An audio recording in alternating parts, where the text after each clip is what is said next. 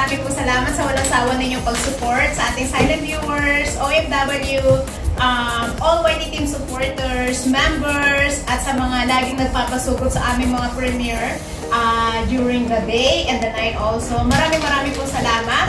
At magtatambay lang po ako, magle-let's dudot. Kasi po minsan, di ba, habang may mga premiere, nagsusupport po ako at the same time, naglalagay po ako ng aking ipapabox. Kaya sobrang busy ko po. At saka minsan sobrang yung pagod po na mamimili ka, tapos nilalagay mo dito, ganyan. Tapos kailangan nasa premiere pa ako. So I make sure na makakasupport po sa inyo.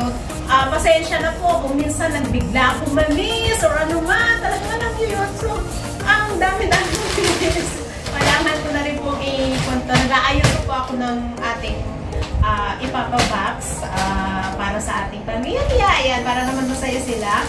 So, alam nyo na, mga kailangan nila is request ni Daddy Yo is ang kanyang kape. Ayan. So, kaya kailangan ko gamitin ng kape kasi paborito niya ang kape. So, may mga pwede na sa mga pamangkin ko. Bawat family yan, mga pamangkin ko. Huwag lang kung bilangin, nakakaloka. Anyway, maraming po salamat sa inyong pag-stay dyan sa ating live for today. Thank you po and God bless! Magkikita na lang po kayo dyan, guys. At saka, disconnect na lang po, ha? Thank you po sa inyong lahat.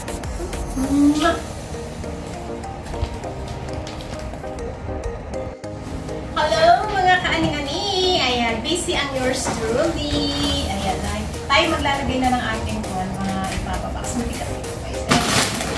Hindi tayo ng kape nila. Parang masaya naman doon sa Pinas. Diba?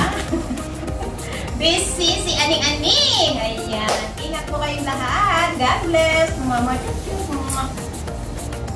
Panda, ayan, tayo magpapaking na ng ating ipapabox. So, kanina, namili na naman ako, pero nakasupport naman tayo sa mga nag-premiere kanina, pero nakatambay lang ako. Ayan, mamaya, lalabas na naman ako, tapos kung ano yung kulang, dadagdagan ko na lang. Ayan, ang importante talaga na request ni Daddy Yo is kape. Don't worry, Daddy, I'll give you coffee. Ito yung 100 shade na. Yung malaki na bili ko.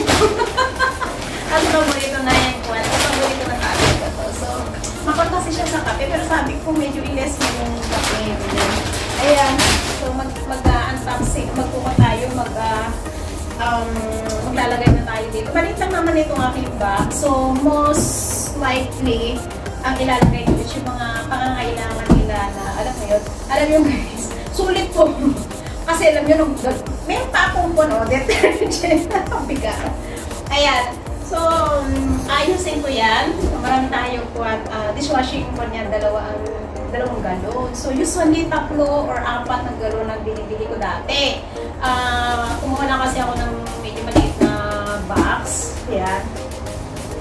Kasi ayoko na yung masyadong, kasi nahirapan ako. Pero ito, okay lang. Ayan, okay lang din.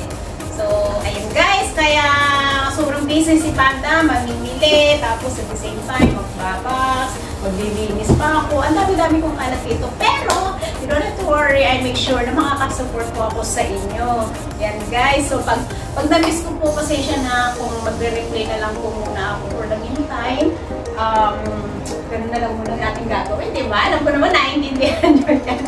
At syempre sa mga nagpapabox, nakatulad mo, di ba? Alam naman ninyo na ganun tayo. So, sobrang ano tayo dito. Minsan, ang dami-dami natin iniisip. Minsan naglabi tayo, tapos mamaya-maya, ayusin na naman natin, ganyan. So, ayun guys, samahan niyo po ako maglagay ng ating box. Salamat po ha sa laging nandiyan sa mga silent viewers. Alam ko naman na lagi kayo nandiyan.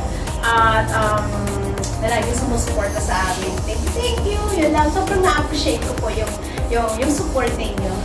Thank po, maglagay muna tayo ha.